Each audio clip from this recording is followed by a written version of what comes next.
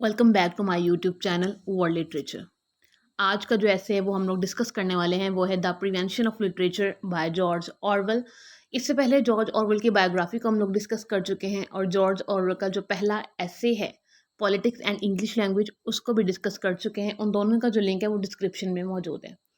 तो बात करते हैं द प्रिवेंशन ऑफ लिटरेचर की। इन्होंने वर्ल्ड वार 2 के बाद जो है वो 1946 के अंदर ये पब्लिश करवाया था ऐसे। और 1946 के बाद जो सोसाइटी की सिचुएशन चल रही थी, पॉलिटिकल जो सिचुएशन थी, सर्कमस्टांसेस थे, उस हवाले से लैंग्वेज पर वो कैसे असरअंदाज हो रहे थे, लिटरेचर कैसे डेड हो रहा था, वो सब जो है वो एक्सप्लोर किया है जॉर्ज ऑरवेल ने अपने इस ऐसे के अंदर। अगर इस ऐसे की पब्लिकेशन की बात की जाए तो 1946 के अंदर ये पब्लिश हुआ था पॉलमिक में। देन अगर इसकी हिस्ट्री की बात की जाए तो जॉर्ज ऑरवेल जब पेन क्लब मीटिंग में जाते हैं, पेन क्लब जो है ये एक एसोसिएशन है इंटरनेशनल राइटर्स की। तो यहाँ पे मीटिंग की गई थी जॉन मिल्टन के ऑनर में। उनकी 100 years ऑफ जो उनका वर्क था एरियोपगैटिका, वो जो है उसको 100 years हो गए थे 1644 से अब तक। जब वहाँ जाते हैं तो 100 years जब इनकी एनिवर्सरी होती है तो यहाँ वहाँ पे जाके ये ऑब्जर्व करते हैं कि जो सोसाइटी के अंदर ऑब्वियसली जो पॉलिटिकल प्रोपेगेंडा तो मौजूद है और राइटर्स को फ्रीडम ऑफ एक्सप्रेशन नहीं है। जो फ्रीडम ऑफ एक्सप्रेशन नहीं है, बट राइटर्स देमसेल्व्स भी जो हैं वो इस बात से अनअवेयर हैं कि उनके पास फ्रीडम नहीं है, उनको प्रोटेस्ट ही नहीं करते। तो इस बात का बहुत ज़्यादा हर्ट किया जॉर्ज ऑरवेल को। देन फर्दर उन्होंने चीज़ें बताई कि किस तरह से सोसाइटी में जो है वो इंटेलेक्चुअल जो फ्रीडम है वो ख़त्म हो गई है और उसको थ्रेड्स किस किस चीज़ों से हैं जो कि इंटेलेक्चुअल फ्रीडम को थ्रेड्स हैं। फर्स्ट ऑफ ऑल जो है वो ब्यूरोक्रेसी कहते हैं।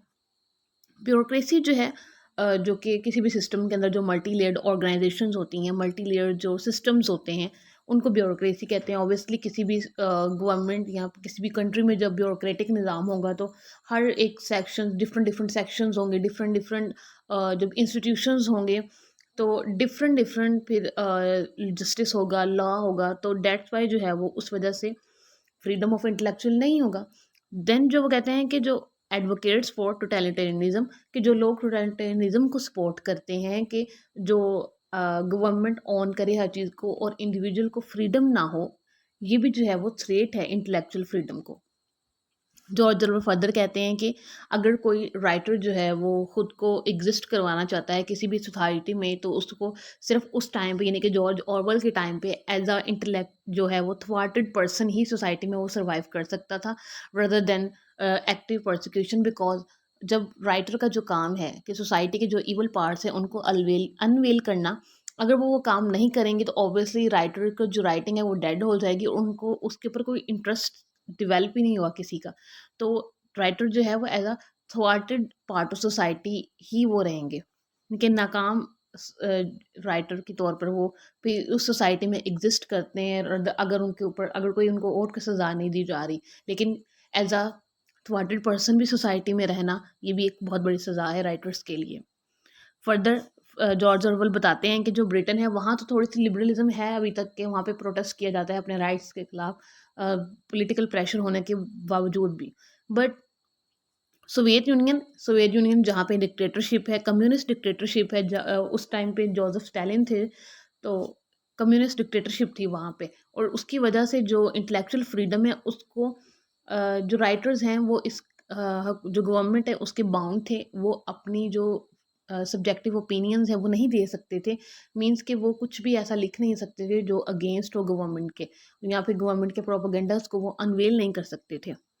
देन फर्दर वो कहते हैं कि जो इंटेलेक्चुअल फ्रीडम है इन पास्ट के 1930s तक जो है वो इंटेलेक्चुअल फ्रीडम को डिफेंड करवाया जाता था अगेंस्ट कैथोलिक से, कंजर्वेटिव से और फासिस्ट से। लेकिन जब 1946 के बाद जो है वो फिर कम्युनिज्म आ जाता है। कम्युनिज्म से के सपोर्टर्स जो हैं उनसे भी डिफेंड करवाना पड़ रहा था जो इंटेलेक्चुअल फ्रीडम है उसको। मीन्स कि capitalism, Catholic, conservative, fascist, communism, इन सब से जो है वो जो थ्रेड्स थे इंटेलेक्चुअल फ्रीडम को थे।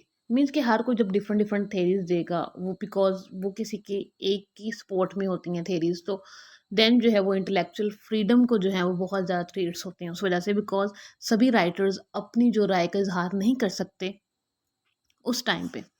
देन कहते हैं कि जो एक टोटलिटेरियन सोसाइटी होती है वो जस्ट लाइक एक रिलीजियस सोसाइटी की तरह होती है, जिसके अंदर जो लीडर होता है वो इनफैलिएबल होता है, और जिन लाइक पॉप की तरह, इनके अलेक्जेंडर पॉप की एज भी हमने डिस्कस की हुई है, तो उसकी तरह इन्होंने कंपेयर किया है पॉप के साथ।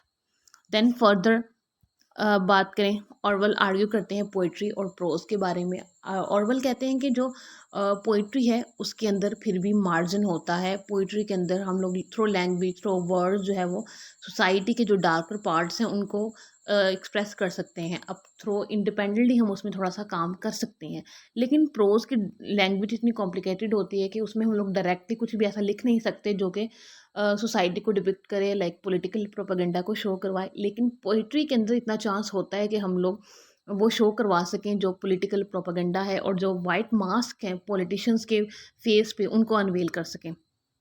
देन फर्दर वो कहते हैं कि ऑरवेल देन कंक्लूड करते हैं कि जो कि इन फ्यूचर के ये ऑरवेल की प्रिडिक्शन थी फ्यूचर के लिए कि फ्यूचर में जो है वो जो फ़िक्शन है वो स्पेकुलेट होगा थ्रू इस पे फ़िल्म के ज़रिए, टेलीविज़न्स के ज़रिए, और लिटरेचर जो बुक्स से है वो थोड़ा-सा हट जाएगा।